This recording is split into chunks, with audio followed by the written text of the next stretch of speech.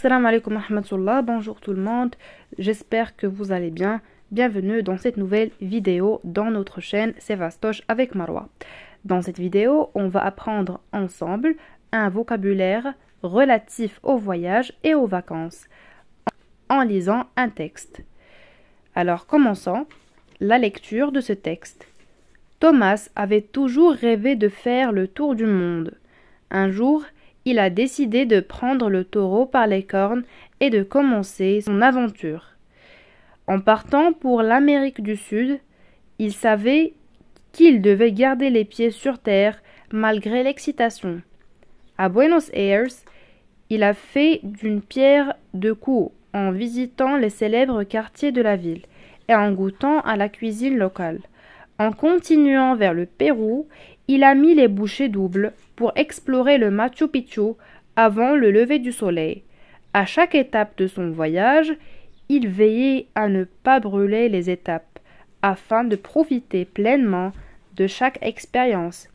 Finalement, après plusieurs mois de voyage, il est rentré chez lui, se sentant être sur un petit nuage d'avoir réalisé son rêve. Alors expliquons le contenu de ce texte.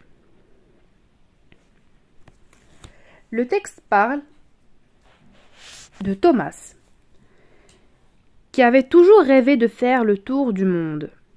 Alors, un jour, il a décidé de prendre le taureau par les cornes. Alors, comme vous le voyez sous les yeux, l'expression « prendre le taureau par les cornes » est écrite en vert. Expliquons ensemble cette expression. Le fait de prendre le taureau par les cornes signifie affronter les difficultés avec courage.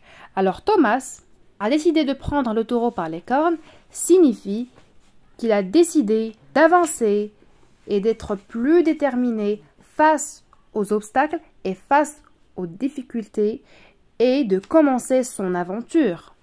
En partant pour l'Amérique du Sud, il savait qu'il devait garder les pieds sur terre malgré l'excitation. Alors, quand on parle de l'excitation, on parle de l'enthousiasme, le fait d'être enthousiaste. Alors, Thomas était excité. Malgré son excitation, il savait qu'il devait garder les pieds sur terre. Le fait de garder les pieds sur terre consiste à rester réaliste et pragmatique, c'est-à-dire ne pas se laisser emporter par des rêves ou bien des idées imaginaires ou irréelles. D'accord? Donc, à Buenos Aires, il a fait d'une pierre deux coups en visitant les célèbres quartiers de la ville. Faire d'une pierre deux coups signifie réaliser deux objectifs en une seule action. Bien sûr, il y a la traduction en arabe, c'est Darbu usfurayni bihajarin wahid, en visitant les célèbres quartiers de la ville et en goûtant à la cuisine locale. Comme vous le voyez déjà, dans ce passage, il y a deux objectifs réalisés par Thomas. Le premier objectif, c'est le fait de visiter les célèbres quartiers de la ville, puis le deuxième, c'est goûter à la cuisine locale. En continuant vers le Pérou, il a mis les bouchées doubles pour explorer le Machu Picchu avant le lever du soleil. Le fait de mettre les bouchées doubles signifie redoubler les efforts, intensifier les efforts pour réaliser son objectif. Par exemple, afin de développer davantage mon projet, j'ai mis les bouchées doubles, c'est-à-dire j'ai fourni plus d'efforts afin de développer mon projet. D'accord? À chaque étape de son voyage, il veillait à ne pas brûler les étapes. Le fait de ne pas brûler les étapes signifie ne pas aller trop vite. Signifie ainsi agir et procéder d'une manière qui est méthodique et raisonnable, afin de profiter pleinement de chaque expérience. Finalement, après plusieurs mois de voyage, il est rentré chez lui, se sentant être sur un petit nuage d'avoir réalisé son rêve. Être sur un petit nuage signifie être extrêmement heureux, être très joyeux.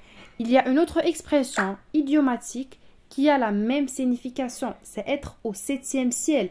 Le fait d'être au septième ciel signifie être extrêmement heureux. C'est un degré extrême de la joie et le bonheur.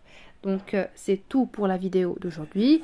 J'espère bien et de tout mon cœur que les expressions partagées dans cette vidéo seront bénéfiques pour votre apprentissage de la langue et de la communication française.